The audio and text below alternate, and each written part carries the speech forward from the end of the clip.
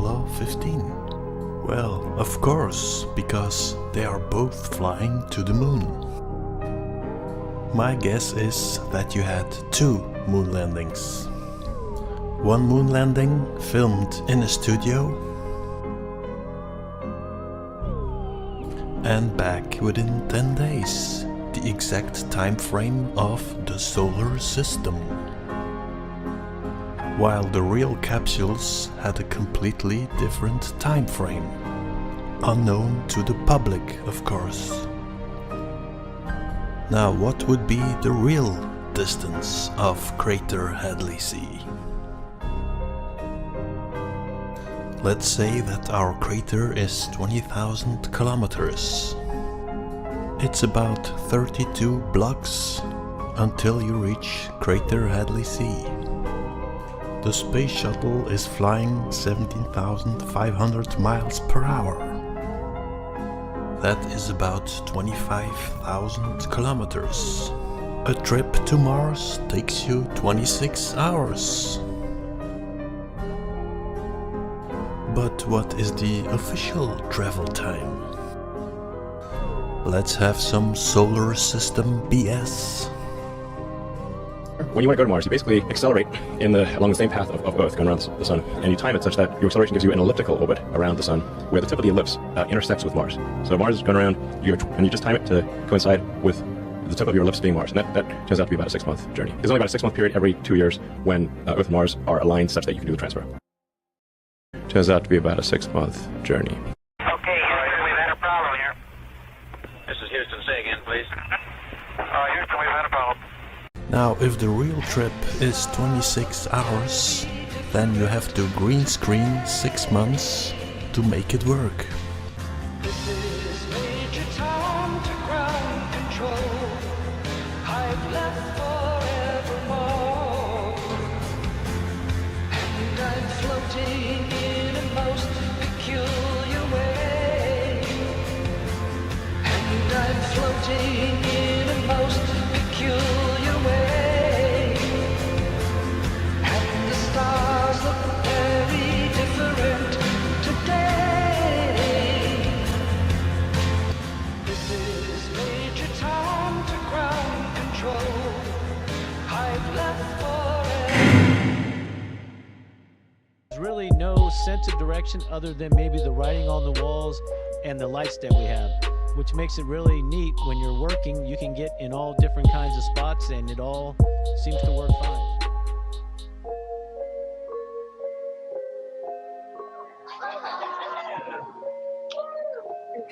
And so it really takes a lot of effort to learn how to control that. When I set things down on the ground, you can let it go and it sits there. Haven't mastered it. I'll give you a trial and I'll show you just how bad it is.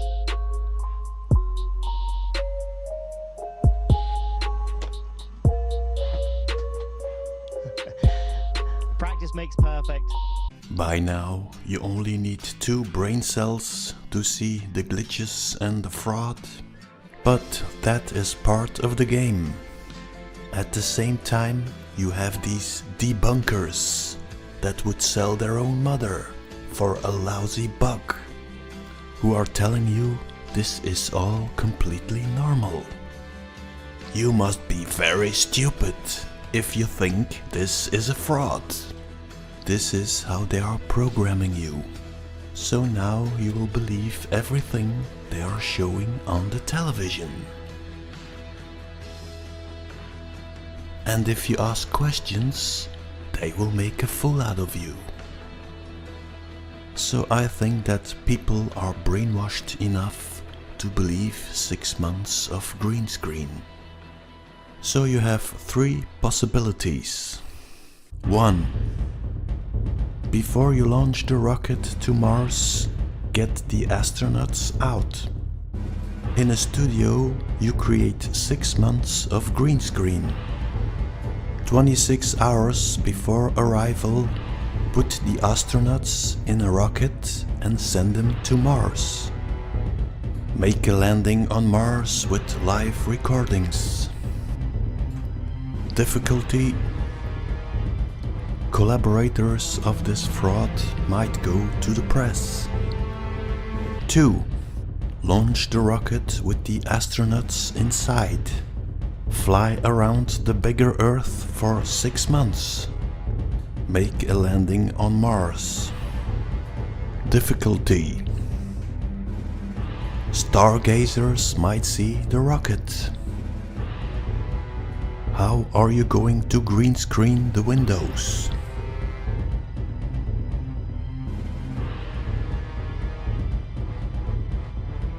Three. Launch the rocket with the astronauts inside. Make a Mars landing. Make 6 months of green screen on a base on Mars. This possibility is probably the safest, but for this one you need a complete Mars base.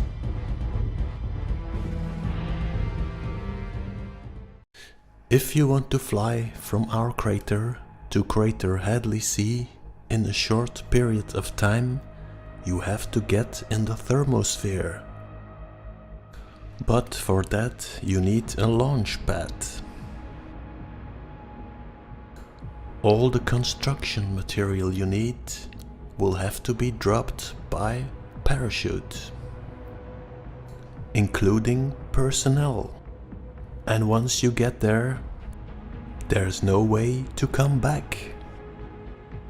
And all this will cost a lot of money. I wonder where the 21 trillion has gone. For people who know the stories of the secret space program, you can read that in two ways. You have the secret of the space program. And what is the secret? Aliens and UFOs. Eisenhower with an alien. Hitler with an alien. Secret bases on the moon and Mars. And finally it brings you to the top secret airplane, the TR-3B. It is so secret that everybody knows about it. Everything I'm telling you is true, but it seems absolutely over the top unbelievable. Well, yeah, when But you talk we're about running moon out of bases, time. when you talk about moon bases and you talk about Antarctica and the secret bases in Antarctica, and we talk about working with aliens, it sounds fantastical and people can't wrap their brains around it, but it's true. I know. Yeah, it is true. It's amazing. Are we working with aliens right now? Does the United States have a relationship on these Black Project programs working with extraterrestrials? Whatever you think this covert human group might have, multiply it times 20, 30, 100, and that's what they actually have. So, for example, there's a facility in the center of Australia near Pine Gap and also at the Four Corners here in Dulce where these creatures are manufactured. I know physicists and people who worked on them. They look like aliens. They would fool anyone. So if you run across some of these critters in an underground base, you're going to think, oh my God, there's a group of these aliens working with, well, no, they're not. Let's cut the crap. And instead of the secret of the space program, you can also read it as the program of the secret space. The secret space program. Now that is what Crater Earth is about. So after World War II, with the space Nazis and Werner von Braun, NASA has been partly replaced by the billionaires. Well, these poor little billionaires are paying rockets from their own pocket money. Sure. Well, who is really paying? I would say, when you say Vanguard, BlackRock and the City of London, you will be pretty close. You have the van guarding the BlackRock of the great Ben Corporation. Let's start with Elon Musk. The reusable launch vehicle. The moon landings supposedly used the technology of landing vertically. Sadly, we lost this technology, so Elon Musk had to reinvent it.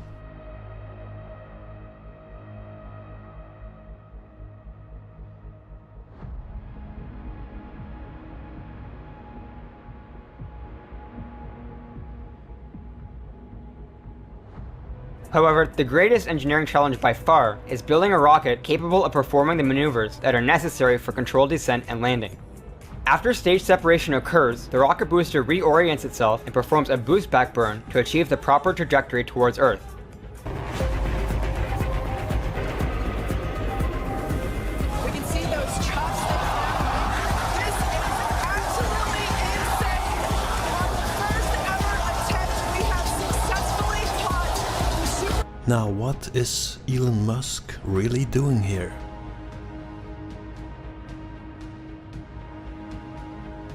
Imagine you could bring a reusable rocket to crater Hadley C.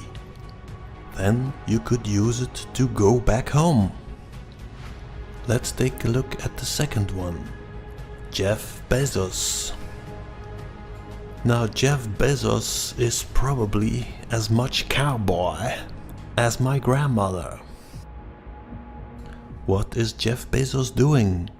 Well, it's probably the same as Elon Musk. A vertical reusable rocket. Welcome back, New Shepard. Probable advantage. It is smaller. Now let's take a look at the third one. Sir Richard Branson. Now this one is a very interesting case.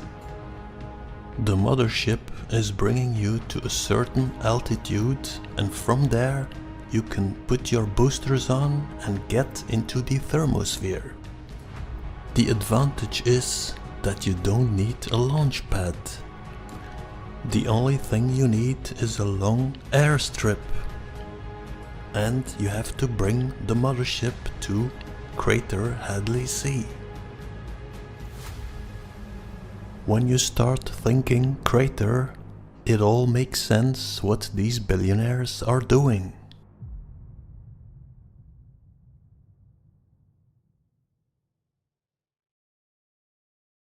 Have you given any consideration whatsoever to the flat earth movement? I think that's a troll situation. Oh, it's not. No, it's not. You would like to think that because you're a super genius. But I, as a normal person, I know there's people way dumber than me. And they really, really believe. They watch YouTube videos which go on uninterrupted and spew out a bunch of fucking fake facts very eloquently and articulately. And they really believe. These people really believe. I mean, if it works for them, sure. Fine. It's weird though, right?